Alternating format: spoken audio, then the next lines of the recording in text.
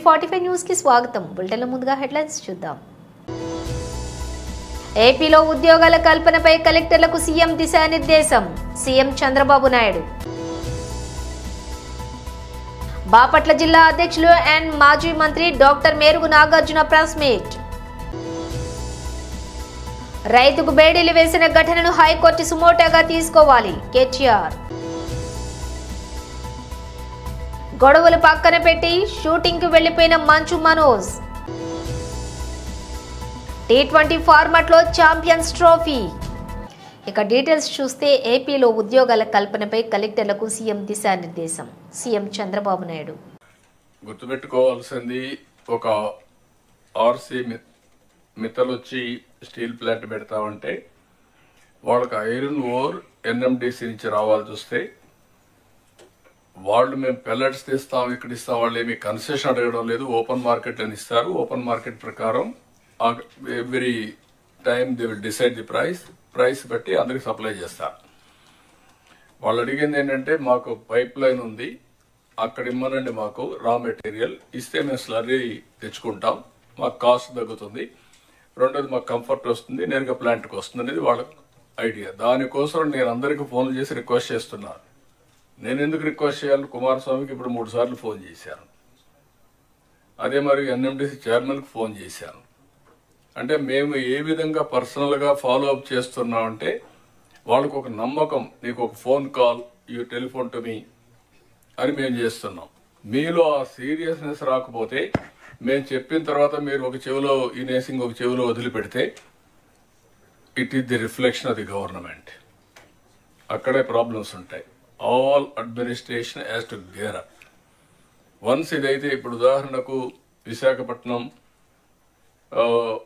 మొన్న TCS 10,000 jobs ఇస్తామని ముందుకు వచ్చారు. 10,000 కూడా ఎక్సీడ్ అవుతాయి. అది వచ్చినప్పుడు మీరు ప్రోయాక్టివ్గా వాళ్ళని ఎన్కాష్ చేసుకుంటే అక్కడ బెనిఫిట్ వస్తుంది మీకు. అదే సమయంలో ఇక్కడ ఐబిఎం లేకపోతే టీసీఎస్, ఐఐటి మెడ్రాస్ ముగ్గురు కలిసి క్వాంటమ్ కంప్యూటింగ్ కోసం డీప్ టెక్నాలజీ పోవాలని they are coming with investment. There CRDA, all of you has to be proactive. నేను ఒకరిని కాదు, ఇక్కడ ఆల్ డిపార్ట్మెంట్స్ రీఓరియంటేషన్ వస్తే తప్ప ఇది సాధ్యం కాదు. ఇది నాకేం సంబంధం, ఎవరు వస్తే నాకేంటి, నేను కలెక్టర్ని లేకపోతే సెక్రటరీని, నేను మంత్రిని, అందరూ నా దగ్గర రావాలి అంటే మీకంటే బెటర్గా ఉండాలని వెళ్తారు. It is a competitive world. Competitive వరల్డ్లో ఎప్పుడు కూడా, ఒకప్పుడు మన రాష్ట్రానికి ఇన్వెస్ట్మెంట్కి రావాలంటే భయపడేవాళ్ళు. దేనికి? ఆస్తులు సెటిల్మెంట్లు అయినాయి, పోర్ట్లు సెటిల్మెంట్ అయినాయి, ఇండస్ట్రీస్ని చేంజ్ చేశారు. ఏంటి నెపం ఏంటి?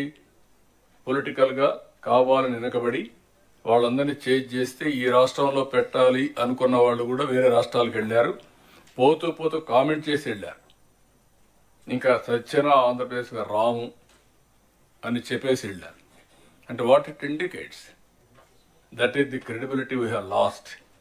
అది రీబిల్డ్ చేయాలంటే మీ అందరిలో ఒక పాజిటివ్గా మళ్ళీ వస్తే తప్ప, కొన్ని కంప్లైంట్స్ వస్తున్నాయి అక్కడక్కడ. మీరు అన్ని బాగా మాట్లాడుతున్నారు సార్, మీరు చెప్తున్నారు, మీ వాళ్ళు లెక్క పెట్టుకోవడం లేదు. That attitude has to go. లేకపోతే 6 నెలలు బిజీగా ఉన్నాం, ఇప్పుడు ఇవ్వం, తర్వాత చూద్దాంలే. బాపట్ల జిల్లా అధ్యక్షులు మరియు మాజీ మంత్రి doctor Merugu Nagarjuna press meet నిర్వహించారు. పరిపాలన జరుగుతూ ఉంది. అప్పుడు వారు ఒక ట్వీట్ చేశారు. ఆయన ట్విట్టర్లో,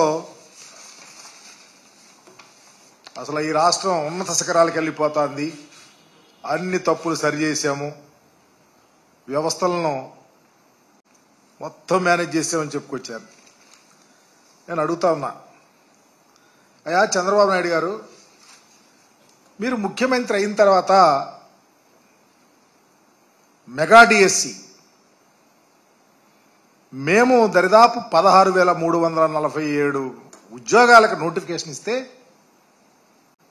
ఆ నోటిఫికేషన్ క్యాన్సిల్ చేశారు. చేసి ఒక టెట్ పెడతా అన్నారు, టెట్ ఎగ్జామ్. టెట్ ఎట్ అయిపోయిందో తెలియదు. దాన్ని మళ్ళీ రిజర్వేషన్లు అన్నారు, అదన్నారు, ఇదన్నారు. ఒక్క ఉద్యోగం అన్నా మీరు ఒక్క టీచర్ ఉద్యోగం ఇచ్చినటువంటి దాఖలాలు ఉన్నాయా? చెప్పలేరు. ఎందుకంటే మీరు ఇవ్వలేదు, చేయలేదు కాబట్టి. అలాగే దీపం 2 గ్రాండ్ సక్సెస్ అని చెప్తా ఉన్నారు. ఏ ప్రభుత్వమైనా ప్రజలకు పథకాలు అమలు చేయటం అంటే ఏదో సహాయం చేయటమో, డబ్బులు ఇవ్వటమో, రాయితీలు ఇవ్వటమో, అది పరిపాటి. మీ ప్రభుత్వం ఏంటో ప్రజల దగ్గర డబ్బులు వసూలు చేస్తూ ఉంది. ఇదా దీపం 2 పథకం సక్సెస్? మీరు ఇస్తున్నది సంవత్సరానికి 1 సిలిండర్, అది కూడా ఎంతమందికి అందుతుందో తెలీదు. మేము 2.72 లక్షల కోట్ల రూపాయలు నేరుగా లబ్ధిదారులకు ఇచ్చాం. ఎప్పుడన్నా మీ చరిత్రలో ప్రజలకు, లబ్ధిదారులకు డైరెక్ట్గా మీరు సహాయం చేసిన దాఖలాలు చెప్పగలుగుతారా? ఈరోజు రాష్ట్ర వ్యాప్తంగా 1.54 కోట్ల మందికి దరిదాపు 4,115 కోట్ల రూపాయలు దీనికి అవసరమైతే 895 కోట్ల రూపాయలు వెచ్చించారంటే దీన్ని ఒక సిలిండర్ ఇచ్చి దీన్ని పథకం అంటారా? ఇది సక్సెస్సా? ఎవరిని మభ్యపెట్టడానికి, ఎవరిని మోసం చేయటానికి ఈ యొక్క పగల్పాలు పలుకుతారని అడుగుతా ఉన్నా. చివరికి అన్నా క్యాంటీన్లు చెప్తారు, సందాలు వసూలు చేసి భోజనాలు పెడతారు. అది కూడా భోజనం ఒకసారి వెళ్ళిన వాళ్ళు రెండోసారి తింటాకి వెళ్ళరు. ఇది పరిస్థితి. దీనికి మేమేదో భోజనాలు పెడతా ఉన్నారని ఇంత దయనీయమైనటువంటి పరిస్థితిలో మీ పరిపాలన ఉంటే చివరికి పేదలు, వృద్ధులు, వికలాంగులు, వితంతువులు, మహిళలు పెన్షన్ని దాదాపు 66,34,000 పెన్షన్లు మేము అప్పుడు ఇస్తా ఉంటే దాన్ని 63 లక్షలు కుదించారు.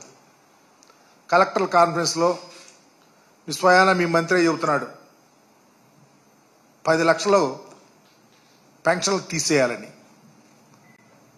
అంటే పేద ప్రజలు వీటి మీద ఆధారపడి బ్రతికే ప్రజల యొక్క పట్టుకొట్టడానికినా? లగచర్ల గిరిజన రైతుకు బేడీలు వేసిన ఘటనను హైకోర్టు ప్రధాన న్యాయమూర్తి సుమోటోగా తీసుకుని విచారణకు ఆదేశించాలని బీఆర్ఎస్ వర్కింగ్ ప్రెసిడెంట్ కేటీఆర్ విజ్ఞప్తి చేశారు. సీఎం రేవంత్ రెడ్డి జైపూర్లో విందులు వినోదాలతోటి జల్సాలు చేసుకుంటూ చిందులు వేస్తున్నారని, ఇక్కడ రైతులకు బేడీలు వేస్తున్నారని ఆగ్రహం వ్యక్తం చేశారు. లగచర్ల కేసులో నిందితుడు రైతు ఈర్యా నాయక్ను ఛాతీ నొప్పి రావడంతో అతన్ని సంగారెడ్డి జైలు నుంచి ఆసుపత్రికి తరలించారు. ఈ సమయంలో అతనికి చేతికి బేడీలు వేశారు. కొడంగల్ నియోజకవర్గంలోని లగచర్ల గ్రామంలో ఆనాడు రైతుల భూములను బలవంతంగా వారి ఇష్టానికి వ్యతిరేకంగా ప్రభుత్వం గుంజుకునే ప్రయత్నం చేస్తుంటే ఆ క్రమంలో 9 నెలలుగా జరుగుతున్న ఆందోళనలను పట్టించుకోకుండా బేఖాతరు చేస్తూ వాళ్ళ అభిప్రాయాలకు విలువనివ్వకుండా ప్రజాభిప్రాయ సేకరణ పేరిట ఒక కార్యక్రమాన్ని ఒక ప్రహసనంగా చేయాలనుకొని ఆయా గ్రామాల్లోకి పోతే ఆ గ్రామాల్లో ఉండే పేద, చిన్న, సన్నకారు రైతులు, ముఖ్యంగా గిరిజన రైతులు, దళిత రైతులు, బలహీన వర్గాల బిడ్డలు అందరూ మరలబడ్డారు, తిరగబడ్డారు. ప్రభుత్వానికి ప్రజాస్వామికంగా తమ నిరసనను చాలా గట్టిగా, చాలా స్పష్టంగా చెప్పారు. ఈ సంఘటన జరిగి ఈ రోజుకి సరిగ్గా నెల రోజులు దాటింది. స్వయంగా జిల్లా కలెక్టర్ గారు ఈ రోజు వరకు నెల రోజుల తర్వాత కూడా నా మీద ఎట్లాంటి దాడి జరగలేదు, దాన్ని దాడిగా పరిగణించకండి అంటూ వికారాబాద్ జిల్లా కలెక్టరేట్లో పనిచేసే ప్రభుత్వ ఉద్యోగులు బయటికి వచ్చి వారు నిరసన చెప్పే ప్రయత్నం చేస్తే కలెక్టర్ ప్రతీక్ జైన్ గారు ఏం కాలేదు, ఇదో చిన్న సంఘటన అంటూ ఆయన దాన్ని చాలా హుందాగా జరిగిన సంఘటనని రైతుల మనోభావాలు అర్థం చేసుకుని కలెక్టర్ గారు దాడి జరగనే లేదు అన్న మాట మాట్లాడినారు.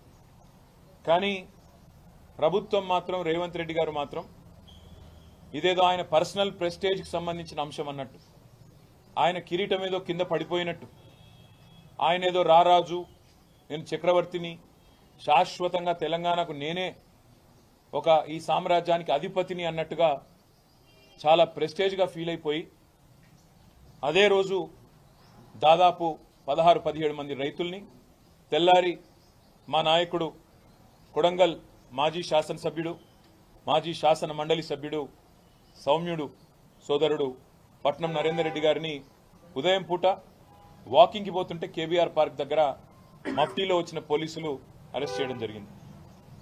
12 నవంబర్ నాడు ఆ రోజు ఈ రైతులందరినీ పోలీస్ కస్టడీలోనే చిత్రహింసలకు గురి చేయడం జరిగింది. 3rd డిగ్రీ టార్చర్ కూడా చేయడం జరిగింది. ఇది నేను చెప్పడం కాదు, వాళ్ళు స్వయంగా ఆ రోజు మేము సంగారెడ్డి జైల్లో కలిస్తే వాళ్ళు స్వయంగా చెప్పిన మాట, మమ్మల్ని చిత్రహింసలు పెట్టినారు అని. మరి మెజిస్ట్రేట్ ముందు ఎందుకు చెప్పలేదంటే, మెజిస్ట్రేట్ ముందు చెప్తే మళ్ళా కొడతామన్నారు, మెజిస్ట్రేట్ ముందు చెప్తే మా ఇంటికి పోయి మా ఇంటోళ్ళని కూడా కొడతామన్నారన్న, అందుకే భయం అయ్యి మెజిస్ట్రేట్కు చెప్పలేదు అన్నమాట మాట్లాడినారు. కుటుంబ గొడవలతోటి ప్రముఖ సినీ నటుడు మోహన్ బాబు కుటుంబం గత 3 రోజులుగా వార్తల్లో నిలుస్తోంది. తనకు తన కుటుంబానికి హాని ఉందంటూ ఆయన కుమారుడు మంచు మనోజ్ పోలీసులకు ఫిర్యాదు చేయగా మనోజ్ పై మోహన్ బాబు కూడా ఫిర్యాదు చేశారు. ఒక ఛానల్ ప్రతినిధిపై దాడి చేసిన మోహన్ బాబుపై హత్యాయత్నం కింద కేసు కూడా నమోదైంది. పోలీసుల సూచనలతోటి తన వ్యక్తిగత సిబ్బందిని, బౌన్సర్లను నిన్న సాయంత్రమే మంచు మనోజ్ వెనక్కి పంపించేశారు. ఈ పరిణామాల నేపథ్యంలో మంచు మనోజ్ వివాదాలకు ఫుల్ స్టాప్ పెట్టాడు. తన తాజా చిత్రం భైరవం షూటింగ్ కు వెళ్లిపోయాడు. ఈ చిత్రంలో బెల్లంకొండ సాయి శ్రీనివాస్, మంచు మనోజ్, నారా రోహిత్ ప్రధాన పాత్రలను పోషిస్తూ ఉన్నారు. అదితి శంకర్, దివ్య పిళ్ళై, ఆనంది హీరోయిన్లుగా నటిస్తూ ఉన్నారు. విజయ్ కనకమేడల ఈ చిత్రానికి దర్శకత్వం వహిస్తూ ఉన్నారు. వచ్చే ఏడాది పాకిస్తాన్ ఆతిథ్యం ఇవ్వనున్నటువంటి ఐసీసీ ఛాంపియన్స్ ట్రోఫీ విషయంలో ప్రతిష్టంభన కొనసాగుతోంది. దాయాది దేశానికి తమ జట్టును పంపించేది లేదని ఇప్పటికే బీసీసీఐ తేల్చి చెప్పింది. దాంతో భారత్ లేకుండా టోర్నీ నిర్వహించడం కష్టం కనుక ఐసీసీ హైబ్రిడ్ మోడల్ ప్రతిపాదనను పీసీబీ ముందుంచింది. అయితే ఈ విషయంలో పాక్ తన వైఖరిని స్పష్టంగా చెప్పడం లేదని, దీంతో టోర్నమెంట్ షెడ్యూల్ విడుదల వాయిదా పడుతూ వస్తోంది. ఇక టోర్నీ ఫిబ్రవరి 19 నుంచి మార్చి 9 తేదీల మధ్య జరిగే అవకాశం ఉంటుంది. దీంతో ఇంకో 75 రోజులు మాత్రమే మిగిలి ఉన్నాయి. ఈ నేపథ్యంలో టోర్నమెంట్ కోసం ఇప్పటికే భారీగా డబ్బు చెల్లించిన బ్రాడ్కాస్టర్లు ఆందోళన చెందుతున్నాయి. ఇప్పటికీ షెడ్యూల్ ఖరారు కాకపోవడంతో మార్కెటింగ్ చేసుకోలేకపోతున్నామని వారు వాపోతున్నారు. ఈ నేపథ్యంలోనే షెడ్యూల్ త్వరగా ఖరారు చేయాలని ఐసీసీపై ఒత్తిడి పెరుగుతోంది. ఇక షెడ్యూల్ ప్రకటన మరింత ఆలస్యమైతే టోర్నీలో భారీ మార్పులు జరిగే అవకాశం కూడా ఉంటుందని వార్తలు వస్తున్నాయి. టోర్నీని ముందు అనుకున్నట్లుగా 50 ఓవర్ల ఫార్మాట్లో కాకుండా T20 ఫార్మాట్లో నిర్వహించే అవకాశం ఉందట. వన్డే ఫార్మాట్లో కాకుండా T20 ఫార్మాట్లో అయితే నష్టం వాటిల్లకుండా ఉంటుందని ప్రసారకర్తలు, కొంతమంది వాటాదారులు కూడా ఈ ప్రతిపాదనను తెరపైకి తీసుకొస్తూ ఉన్నారని సమాచారం. టోర్నీ నిర్వహణపై అనిశ్చితి ఇలాగే కొనసాగితే T20 ఫార్మాట్లో మార్చాలని కొంతమంది వాటాదారులు కోరే అవకాశం కూడా ఉంది. 50 ఓవర్ల ఫార్మాట్కు రాను ఆదరణ కూడా తగ్గిపోతూ ఉండటంతో టోర్నమెంట్ను T20 ఫార్మాట్లోకి మార్చితే వేగంగా, సులభంగా మార్కెటింగ్ చేసుకోవచ్చు అని సంబంధిత వర్గాలు పేర్కొన్నాయి. దీనిపై ఐసీసీ కూడా పునరాలోచిస్తున్నట్లుగా తెలుస్తోంది. హైదరాబాద్ పాత బస్తీ అలియాబాద్ డివిజన్ షంపీర్ గంజ్ బ్రాంచ్కు చెందినటువంటి శ్రీ చైతన్య టెక్నో స్కూల్ అయ్యప్ప స్వామి మాలాధారణలో చదువుతున్నటువంటి 7వ తరగతి విద్యార్థి దుర్గేష్ బాత్రూంకు వెళ్లి వస్తూ ఉండగా అతనిపై 8వ తరగతి విద్యార్థులు కొంతమంది కలిసి దాడి చేయడం జరిగింది. ఇది తెలుసుకున్న విద్యార్థి తల్లిదండ్రులతో పాటుగా బీజేపీ నాయకులు, కార్యకర్తలు మరియు అయ్యప్ప స్వాములు స్కూల్ వద్దకు పెద్ద ఎత్తున చేరుకుని ధర్నా నిర్వహించారు. విద్యార్థి దాడి ఘటనపై స్కూల్ ప్రిన్సిపల్ దాడి చేసిన విద్యార్థులను వేరే బ్రాంచ్కు మార్చడం జరిగింది. ఇలాంటి సంఘటనలు మళ్లీ పునరావృతం కాకుండా చూస్తానని హామీ ఇచ్చారు. స్కూల్ పరిసర ప్రాంతాల్లో ఎటువంటి ఘర్షణలు తలెత్తకుండా దక్షిణ మండలం డీసీపీ స్నేహ మెహ్రా హాజరై స్కూల్ యాజమాన్యంతో మాట్లాడి పోలీస్ పికెటింగ్ నిర్వహించారు.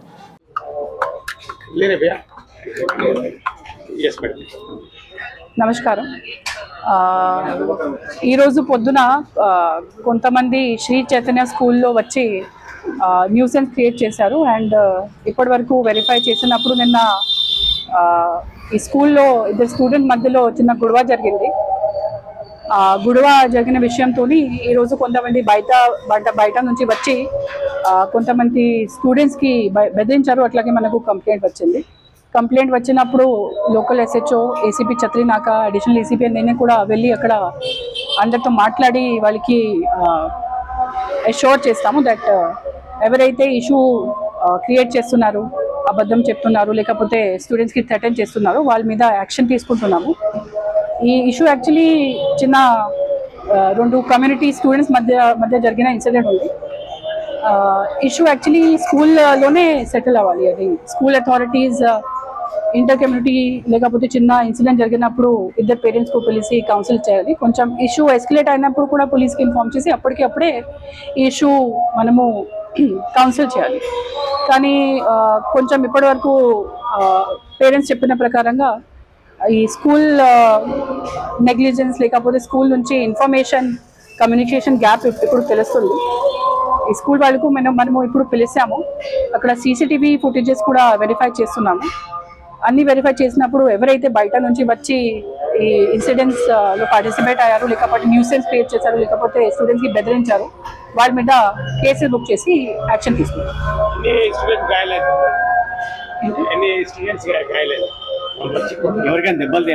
దెబ్బ ఎంత ఇప్పటి వరకు చూసిన స్టూడెంట్స్కి ఎంత పెద్ద దెబ్బ తగలలేదు, కానీ బెదిరించారు చెప్తున్నారు. CCTV వెరిఫై చేసినప్పుడు ఏదైనా మనం చెప్పొచ్చు, ఇన్వెస్టిగేషన్ చేస్తాం. పేరెంట్స్కి కూడా కొట్టారని చెప్తున్నారు. ఈ ఫస్ట్ మనము CCTV చూసాం. పేరెంట్స్ నుంచి మనకి ఇప్పటివరకు అట్లానే కంప్లైంట్స్ రాలేదు.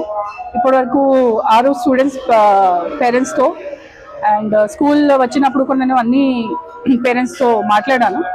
వాళ్ళ తరఫు నుంచి అట్లానే కంప్లైంట్స్ రాలేదు. వస్తే మనము వెరిఫై చేస్తాం. పశ్చిమ గోదావరి జిల్లా భీమవరం మాజీ ఎమ్మెల్యే గ్రంథి శ్రీనివాస్ వైఎస్ఆర్ కాంగ్రెస్ పార్టీకి గురువారం మీడియా సమక్షంలో రాజీనామా చేశారు. పార్టీలో సరైన ప్రాధాన్యత లేకపోవడంతో పాటు వివక్షత చూపించారని ఆయన ఆరోపించారు.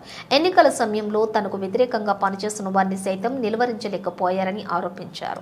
కొన్ని ప్రజలకు ఉపయోగపడే పనుల్లో సీఎం జగన్మోహన్ రెడ్డిని అభినందించారు.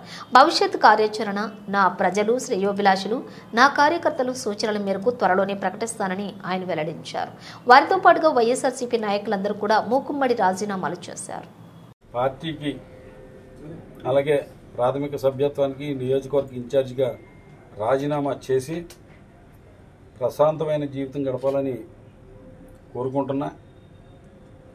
ఇంతకాలం కూడా రాజకీయాల్లో నా వెన్నంటి ఉండి అనేక పోరాటాల విషయంలో కానీ అలాగే భీమవరం అభివృద్ధి కోసం మరి ఏదైతే అసెంబ్లీ ఎన్నికల్లో నిలబడి 2 సార్లు ఎమ్మెల్యే అవ్వడానికి నాకు నా వెంట ఉండి నడిచిన ప్రతి పార్టీ నాయకులకి కార్యకర్తలకి ప్రజలకి అందరికీ కూడా ఈ సందర్భంలో నా హృదయపూర్వకమైన ధన్యవాదాలు తెలియజేసుకుంటున్నా. ఒక ల్యాండ్ మార్క్ లాంటి పనులు భీమవరం నియోజకవర్గానికి ఎన్నో చేశాను, అది గర్వంగా చెప్పుకోగలను. ప్రతి మంచి పని చేసిన మంచి పని వెనకాల దానికి పెడద్దర తీసి దానికి అవినీతి జరిగిందని చెప్పి ఒక దుర్మార్గం ఏంటంటే ఒక పేరు మంచి పని చేయడం అంటే ఒక మంచి పేరు వస్తుంది. ఆ మంచి పేరు వస్తే ఆ పేరును కూడా చూసి తట్టుకోలేక విమర్శలు చేసేవాళ్ళని అనేక మందిని చూసాం.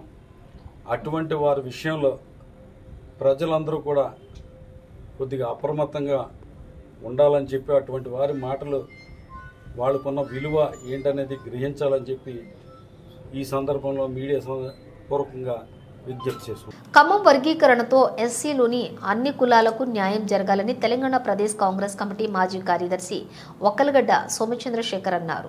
ఖమ్మం ప్రెస్ క్లబ్లోని గురువారం ఏర్పాటు చేసిన విలేకరుల సమావేశంలో ఒక్కలగడ్డ సోమచంద్రశేఖర్ మాట్లాడుతూ ఎస్సీ వర్గీకరణ సుప్రీంకోర్టు తీర్పును స్వాగతిస్తూ ప్రతిష్టంగా అమలు పరిచేందుకు తెలంగాణ రాష్ట్ర ముఖ్యమంత్రి యనుమల రేవంత్ రెడ్డి ఎస్సీ వర్గీకరణ ఏకసభ్య కమిషన్ను ఏర్పాటు చేసి జిల్లాల వారీగా దళిత సంఘాలు మేధావుల నుండి సలహాలు సూచనలు స్వీకరించడం అభినందనీయమన్నారు.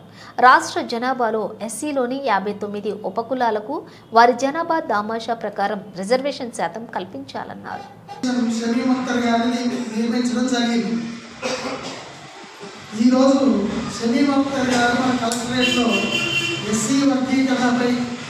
రకరకాల కుల సంఘాలు వ్యక్తిగతంగాను అందరి యొక్క సలహాలు సూచనలు తీసుకోవడానికి ఈరోజు ఖమ్మం రావడం జరిగింది. ఆ కార్యక్రమంలో భాగంగా నేనే కాకుండా అనేక మంది దళిత సంఘాల నాయకులు, మేధావులు, పెద్దలు అనేక మంది వచ్చి షమీమ్ అఖ్తర్ గారిని కలిసి వారి యొక్క సలహాలు, సూచనలు అందజేయడం జరిగింది. ఇంకా అందజేస్తూనే ఉన్నారు. 2 గంటల వరకే కొనసాగుతుంది ఈ కార్యక్రమం.